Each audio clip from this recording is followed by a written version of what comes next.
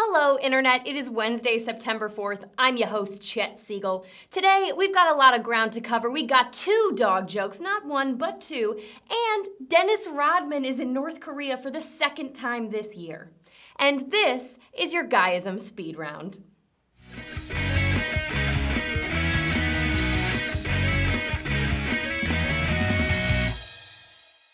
Butler University's mascot, Blue 2 the Bulldog, died this weekend at the tender age of 9. The university has already selected a replacement for this lovable mascot, and they've named him, you guessed it, Blue 2 2. Major Nadal Hassan was given the death penalty for killing 13 American soldiers, whereas Staff Sergeant Robert Bales was given life in prison for killing 16 Afghani civilians.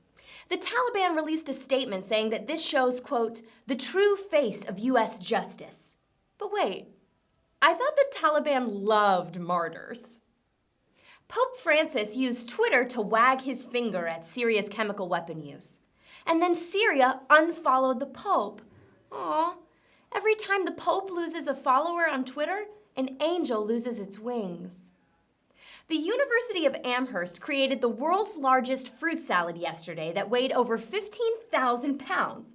All of the students took a bite of the salad, put it back in the fridge, and then ate a 15,000-pound tray of brownies instead. Dennis Rodman has arrived in North Korea for the second time this year to hang out with his buddy Kim Jong-un and to ask for the early release of a political prisoner. Wait. Does Kim Jong-un think that Dennis Rodman is Barack Obama? What? After learning that child pornographer and murderer John Venables was released early from prison and given a new identity to start his life over, the mother of one of his victims reached out to the press and said, as ever, Venables is being treated with kid gloves. Venables responded, kid gloves? They won't let me anywhere near the kids section of JCPenney anymore. I wish. Senator John McCain was caught playing poker on his iPhone during yesterday's Senate hearing on Syria.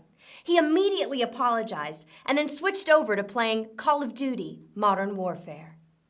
Jennifer Lopez is back on American Idol, but does she have what it takes to be the next idol? America, you be the judge. A man convicted of rape collapsed when he found out that his victim was HIV positive.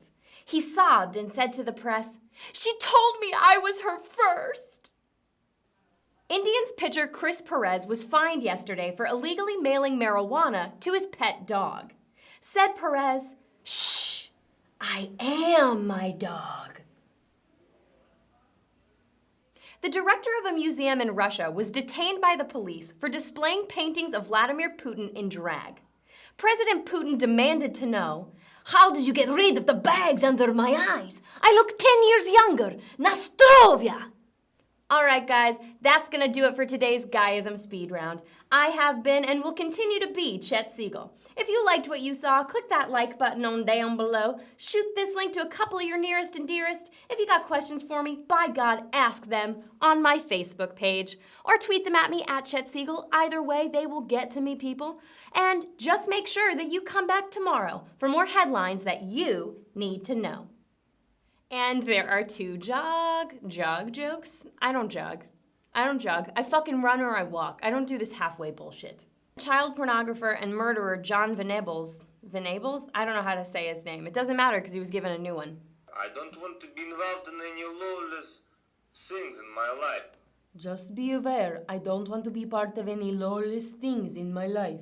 So no harassment. No harassment. No sexual adult content. No sexual adult content. But he's wearing a tank top in this YouTube video. Paintings of President Putin in drag. Paintings of President Putin in drag. That's a tongue twister. It's really hard to wink. I have to surprise myself with it. No, that looks like a fucking convulsion. I'll do my best.